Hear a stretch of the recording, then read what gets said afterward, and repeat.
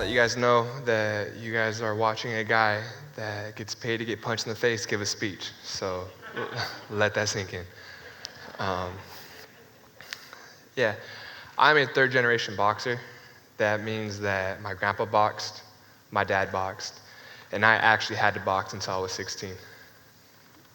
People usually ask me, Richard, when did you first start boxing? And I'll tell them the story about how my dad would hold his hands up to my mom's stomach when she was pregnant with me and try to get me hit the mitts through there, so for a pretty long time.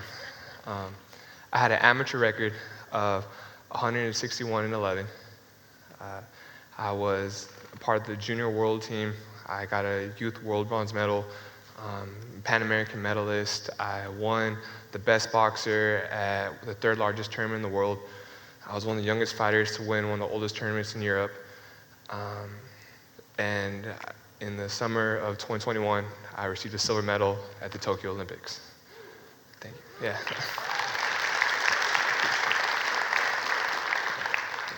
Do you guys want to know what it is, or if you want to commit on that Olympic level? I started writing a speech and kind of saying, like, if I could do it, you could do it type thing. But honestly, I'm not sure. A lot of my friends, just like me, worked their entire life to get to the place I am, and they didn't make it. It's not set in stone. A couple of times, I actually just got lucky. You know, I understand that luck is when opportunity meets hard work, but there still has to be that opportunity for the hard work to meet. I was born in an athletic family where we were taught competition was a good thing, and I understand that people weren't born with or had the same opportunities I did. So understanding that you could do all this and it still might not work, and you still want to continue on this journey, know this. Let's say you do make it. Let's say you grind all day, you slave over your work, you sacrifice your birthdays, your anniversaries, everything, and you accomplish it. Whether it's a professional athlete, whether it's an Olympian, whether it's your dream job.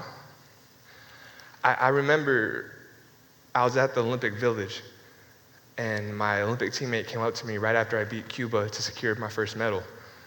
He said, Richard, how does it feel to be an Olympian? And I sat there and I was like, you know how it feels to turn 18 and nothing changes? That's how it felt, you know? You will still be you. You're not gonna learn how to fly. Your third eye won't magically open. You're gonna have the same problems that you had before. If you're in the right job, though, maybe some different financial ones, right? And note that rush of success, that feeling you get after your hand's raised or you get what you want, lasts maybe about an hour and a half. Afterwards, you're searching almost for that high of rush again. It's addicting. And that's kind of the key right there. It's an addiction. It's a coping mechanism. It's an obsession. There are times where I would have a torn muscle or I would be bleeding literally from my face, open wound for the next fight, because back in the day for amateurs you had to fight day after day after day. And after the fight, I would still feel the need to train because I'm addicted to that success, that feeling. Oh, you want it? Oh, you're motivated? That's great, but those are fleeting emotions. Doing something for 26 years, you understand that your wants change, and so do your desires. It's an addiction. Even in the Olympics, I fought with a torn tendon in my ankle. I didn't even tell anybody about it because I still wanted to be able to fight. All right, but I get it though. I do. I say all this bad stuff, but you guys want to know for yourself, and I was the same way. All right, when coming back from the Olympics, there were parades thrown for me.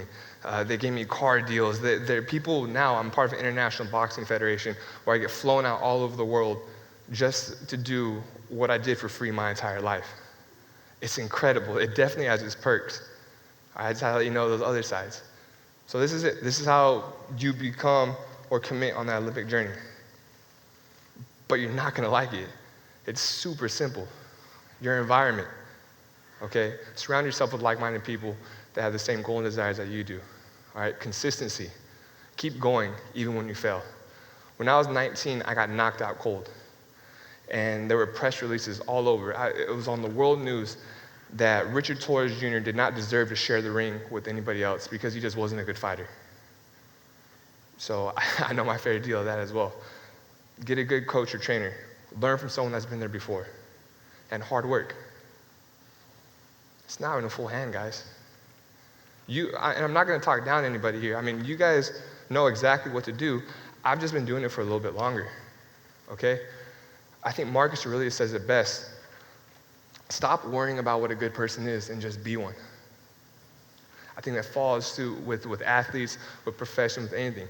You know what it takes. It's your choice. And honestly, it really is your choice, guys. And I can't stress this enough. Look, there are days where I'm 3 trainings deep and I'm falling to sit because I'm so sore. Or I just dream, really I do, of working at a Domino's, going to school with my friends and just hanging out. If you like what you're doing right now and you enjoy it, do it to the fullest. I cannot stress that enough. I think that is a great way to live. I'm just not talking to you guys anymore, and that's fine. We're on different paths. No, I'm talking to you. And you know who you are. The one who has to prove something. The one who stresses if they're doing enough every day, even though people are telling them to slow down. The one who gets upset if someone beats them up the stairs because they're so competitive. The one who has to prove something to themselves. Because no matter what anybody else says, they need to see it through to show them. Give it all you got. I remember when I was a little kid and I was sweating in the gym and I didn't want to be there. My dad would tell me, you could be at home eating Twinkies. And I would say, gee, thanks, kind of rubbing in my face. But I understand it now. You don't have to be there. You could be at home doing what you want to do. It's up to you. But you're chasing something you want. So stop complaining. Stop giving it 50%. Do it to the best of your abilities. I'm 26 years old. I don't drink. I don't smoke. I'm currently in a training camp right now where I'm working out 3 times a day. And I do all this because I know that if I were to slack off and lose, it would gnaw me for the rest of my life. If I give it 100%, however, and I still fall short, I can live with myself. So again, you guys could listen to me or you couldn't, and it still might work or might not work out for you. Again, I don't know. I lucked out. I had a dad that trained me since day one, since the womb, and I understand that. But I knew I wanted it. And if you want this, you may not be destined to have it, but you're destined to try. So give it all you got, or go home and eat a Twinkie. Thank you.